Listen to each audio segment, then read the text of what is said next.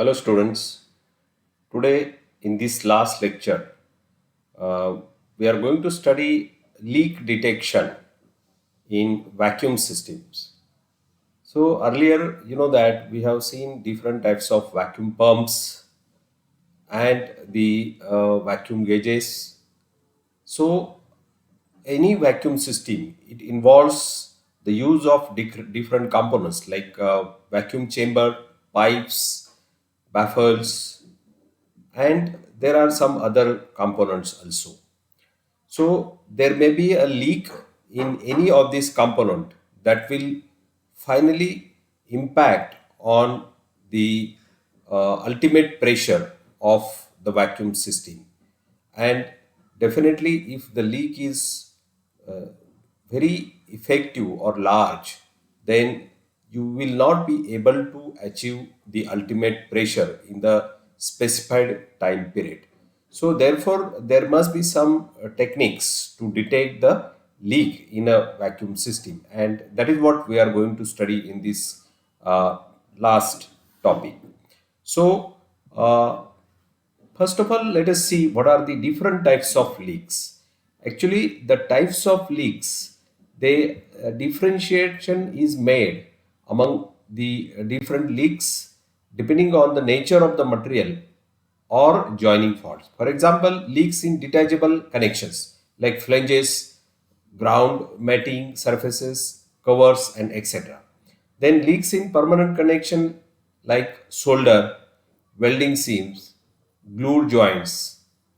Then leaks due to porosity, maybe particularly following mechanical deformation, just like bending or thermal processing of polycrystalline material and cast component. Then thermal leaks, which are reversible in nature, uh, due to opening of at extreme temperature loading. Maybe extreme temperature, maybe hot temperature or cold also, lower temperature. So above at all at solder joints, there may be a possibility of leakages.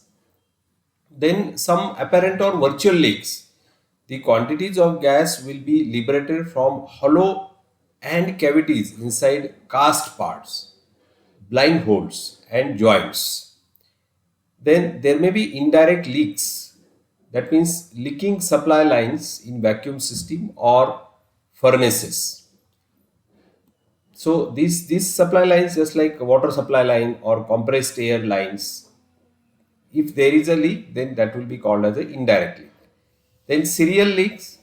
This is the leak at the end of several spaces connected in series. For example, a leak in oil field section of the oil pan in rotary vent pump. That is a kind of serial leak. Then there may be a one-way leaks. These will allow gas to pass in one direction, but are tight in the other direction. So they are active in only one direction. And permeation, that means naturally permeability of gas through materials such as rubber hoses, elastometer, seals, etc. So these are the different types of leaks may be possible in any vacuum system in different types of components used in vacuum system. Now let us first of all define the basic things, that is what is leak rate, then leak size and mass flow. So you know that there is no vacuum system or device which can ever be absolutely vacuum tight. That means there is no possibility that a vacuum system is free of leak. That is what the word vacuum tight. The simple essential is that the leak rate be low enough that the required operating pressure, gas balance, and ultimate pressure in the vacuum container are not influenced. So, what is required? Leak-free system, it is quite impossible, but we should always try to have at least minimum leak rate, the lowest leak rate, so that the operating pressure, gas balance, and ultimate pressure in a vacuum container will not be affected or influenced. Now, in order to be able to register leaks quantitatively, the concept of leak rate is used. So, what is leak rate? Leak rate is nothing but the quantity of gas flowing across the leak per unit time. Okay, so actually the symbol QL is introduced and it is measured in a unit millibar liter per second. Okay, so the pressure into volume, so rate of change of this product with respect to time, delta PV by delta T, the change in this product with respect to a small change in time. So that is nothing but the leak rate. For example, QL is equal to 1 millibar liter second is present when in an enclosed evacuated vessel with a volume of 1 liter, the pressure rises by 1 millibar per second. Okay, so because of leak, what happens when you consider a vacuum system and there is a leak, suppose? Okay, so what will happen? Pressure inside the chamber will rise because there is always a force from the outside of the chamber towards the inward direction because of the pressure gradient. Outside pressure, that means atmospheric pressure is higher, and there is a vacuum inside the chamber, that means pressure is very low. So gas will enter into the chamber and therefore pressure will rise. So if you have a 1 liter volume of the particular chamber or container, and if the pressure rises by 1 millibar per second, then the leak rate is 1 millibar liter per second. So that is how one can define the leak rate. Then the leak detection. So how to detect the leak? Actually, searching for leak, we have to distinguish between two tasks. There are two tasks involved. What is the first task? Locating the leak, and second task is measuring the leak rate. Now there are two basic methods or ways for detecting the leaks or leak detection method. The first is vacuum method. Now what is this vacuum method? Sometimes it is also known as outside in leak. So vacuum method, that means whatever the specimen or component under test, for which you are going to test any leakage, then it is kept at a required low pressure, that means in a vacuum condition. So what will happen? Now there will be a gas. If there is a leak, then gas will try to enter from outside into the component. So therefore it is known as outside in leak. Outside in leak. So the direction of flow is into the test specimen because pressure inside the specimen is less than the ambient pressure. Second method, that is called as the positive pressure method. So what is this? It is also known as inside out leak. Positive pressure, that means whatever the specimen or component you want to test for leak, so it is pressurized. So a test gas is filled into the component. So it is kept at a high pressure than the atmospheric pressure. So what will happen? The gas will flow in the outward direction from inside the specimen, test specimen. So the fluid passes from inside the test specimen outward because pressure inside the specimen is greater than the ambient pressure. So these are the two methods. But remember, mostly when you are testing the components for the vacuum system, the components are designed to be withstanding for lower pressure. Therefore, the vacuum method is more obviously preferred than the positive pressure method. So positive pressure method, mostly they are used for pipes and valves and all these particular components, lines in the vacuum system. Okay, so now for detecting the leak in a vacuum system, there should be an equipment that is known as a leak detector. So what is leak detector? The most sensitive step in a leak checking procedure is done with a mass spectrometer leak detector. So this is a kind of device used for detection of leak, that is called as mass spectrometer leak detector, MSLD, or residual gas analyzer. So what is actually a mass spectrometer leak detector? So actually the gas in the surrounding, by this detector the gas in the surrounding is ionized and the ionized gas is actually affected, the motion of the gas is affected by the magnetic field present in the leak detector, and the path will be followed towards the detector. The detector measures the current, ionic current, and accordingly particular gas species can be measured. The level of particular gas species can be measured. So mass spectrometer leak detector you can use along with a test gas. Okay, so for example, helium is very commonly used test gas in such leak detectors. So the later on we shall see the actual method how helium can be used. So MSLD, that means mass spectrometer leak detector, are permanently tuned to helium at 4 atomic mass unit, because the mass atomic mass unit of 4 of helium. So it is tuned to helium so that the test gas presence in the leak region that can be measured, and accordingly the leak, whether there is leak or not, that can be judged. Now, why helium is used as a test gas? There are several reasons. First and very important reason is that helium is chemically inert, so it is a inert gas. Then it is non-toxic, it is non-explosive. Then the concentration of helium in air is very small, 5 ppm, because when you are using it as a test gas, so when you fill into the specimen, that means the component you want to test, so if any leak, it will come out of the leak point, and outside the specimen, you will have to check the leak by MSLD detector.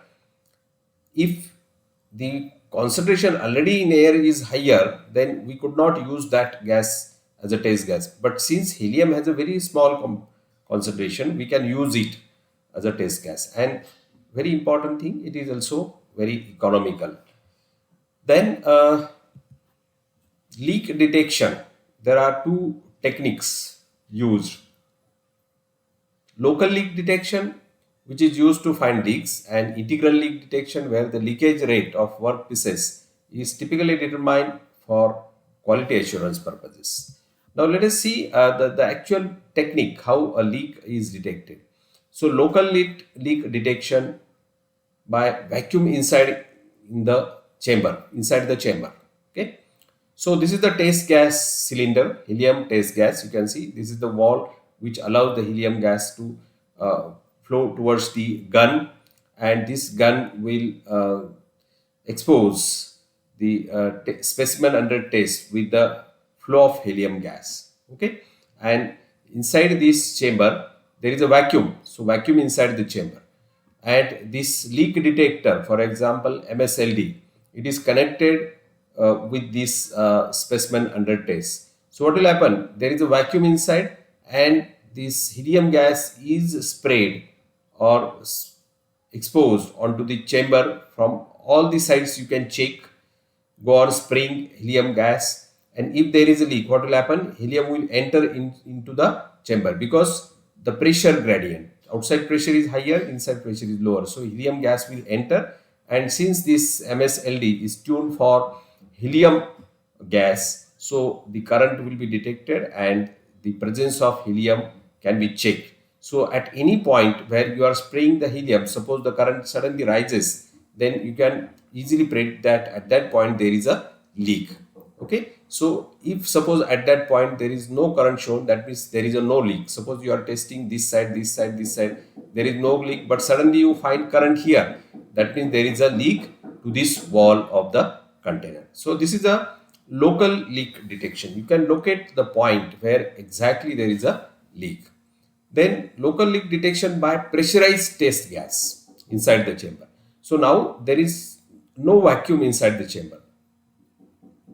Instead of that, what we are going to do is helium gas is pressurized inside this chamber. So the pressure inside the chamber is greater as compared to the outside pressure. So what will happen if there is a leak? For example, at this corner there is a leak. So helium gas will come out.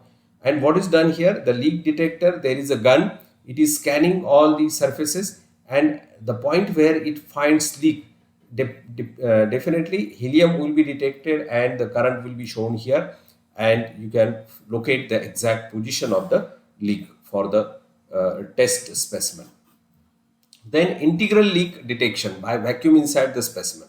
So whatever the component you want to test, okay, it is placed inside the chamber, and this chamber is filled in with the test gas, that means helium, and the specimen actually is actually kept at a vacuum level. So what will happen? The pressurized gas will enter into the vacuum, and this is connected to the leak detector. So what will happen? The current will be shown if there is a leak. Okay. So integral checking, that means that at any point, it is not a local detector but integral checking. So for quality assurance purpose, you can initially check whether that component has a leak or not, but exact position will not be known because there can be a leak from any side, and only the presence of leak will be detected here. So it is a integral leak detection by vacuum inside specimen. Then integral leak detection by vacuum inside the specimen. Okay. So the gas is actually filled inside the specimen. Okay. And the this gas is pressurized. Test gas is pressurized inside the specimen, and outside this there is a vacuum. Now this detector, it is kept inside the chamber, and if at any particular point there is a leak, it will detect the presence of helium by showing the current here, and that way the leak can be detected. So this is an integral leak detection by vacuum inside the specimen. Okay. So there is a vacuum here and the test gas is pressurized here. Okay, so these are the different methods. Now leak detection without leak detector. It is possible to detect leak without a leak detector. So there are several techniques. We shall discuss some of these techniques here. The first is pressure rise test. So let us see what is pressure rise test. So the pump valve is closed for a known time and pressure rise is measured. That means what happens here, the system is first of all brought at certain level of vacuum. Okay, the system is first of all brought at certain level of vacuum, and the inlet valve and the outlet valve both are closed, and the pressure inside the chamber is monitored. Okay, if there is a pressure rise for a known interval of time, then what will happen? You can predict that there is a leak. Okay, but if there is no leak, the pressure will remain steady. Okay, if both inlet and outlet wall of the chamber, evacuated chamber, are closed, then definitely the pressure will remain constant if there is no leak at all. Now there are some other precautions also.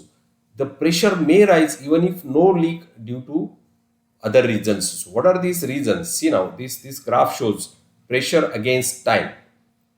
So the blue one, it is for leak. So if the pressure continuously rises, then you can conclude that there is a leak. Then second curve. The second curve indicates that there is a gas evolved from the container wall. That means outgassing. You know that at a certain lower pressure, the container walls, they are also the dissolved gas spaces will come out of the walls, which are buried deep inside the material. So that is outgassing, and because of that, some of the gas will enter into the chamber and the pressure will rise. But that process continues, that will stop after certain time interval once all the gas has dissolved from the walls of the container, and thereafter the pressure will remain constant. So if this kind of curve you get, then the initial pressure rise is definitely not due to leak, but rather it is due to outgassing, the second curve. And third curve, if this rises and then suddenly drops the rate of rise of the pressure, then definitely you can say both leak and outgassing are present there. So initial rise may be due to leak and outgassing. Later on, outgassing stops, but the leak continues here. So this way you can judge whether there is leak or not from the pressure against time curve. Now the just like pressure rise, there is another test that is called a pressure drop test. Okay, pressure drop test.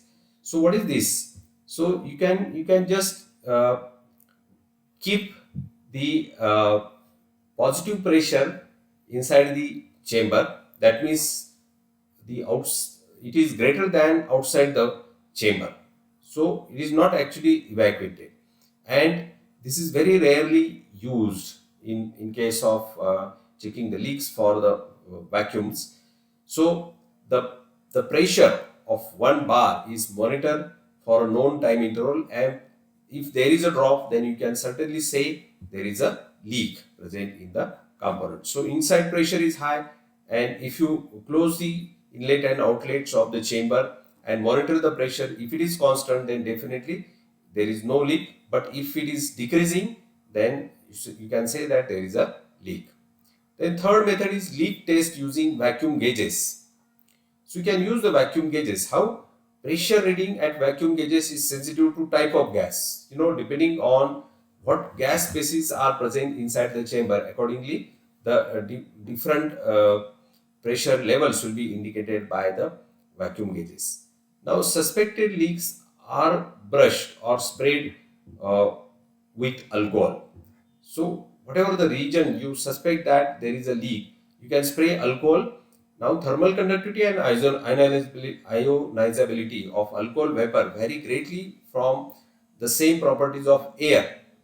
So the alcohol vapor enters into the device through the leaks, which varies the pressure inside, and with the pressure gauge you can check the variation and you can directly conclude that there is a leak. Then next method is bubble immersion test. It is very simple, just like the checking of the puncture in the tire tube of a two-wheeler or four-wheeler. We are using this method, bubble immersion method. So what is done? The pressurized test specimen is submerged in a liquid bath, and rising gas bubbles indicate the leak. So that is the bubble immersion test.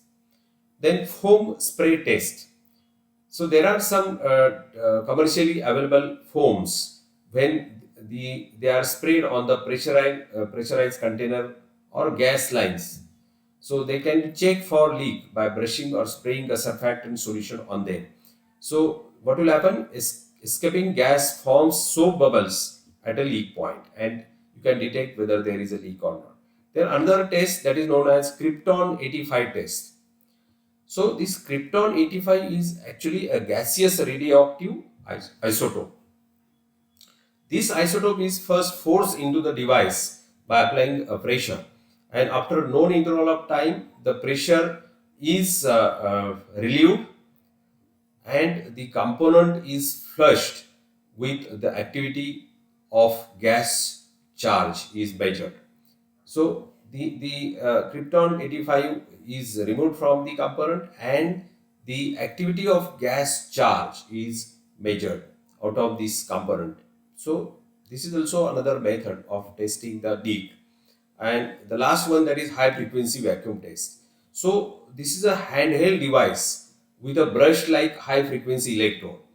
It can be used to measure pressure inside a glass equipment and to locate a leak in plastic and paint coating on the metals. Now, how the high frequency vacuum test can be performed?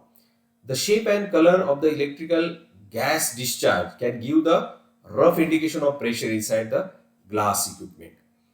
Now, for searching leak in glass equipment, the suspected section is scanned with the high frequency vacuum tester electrode. So, it is an electrode. You can scan it over the surface, and if there is a leak, what will happen? An arc will strike through a pore in glass wall. So, there will be electrical arc tracing a brightly lit discharge trail. So, you can easily confirm the leak if there is such uh, electrical arc observed at a certain point.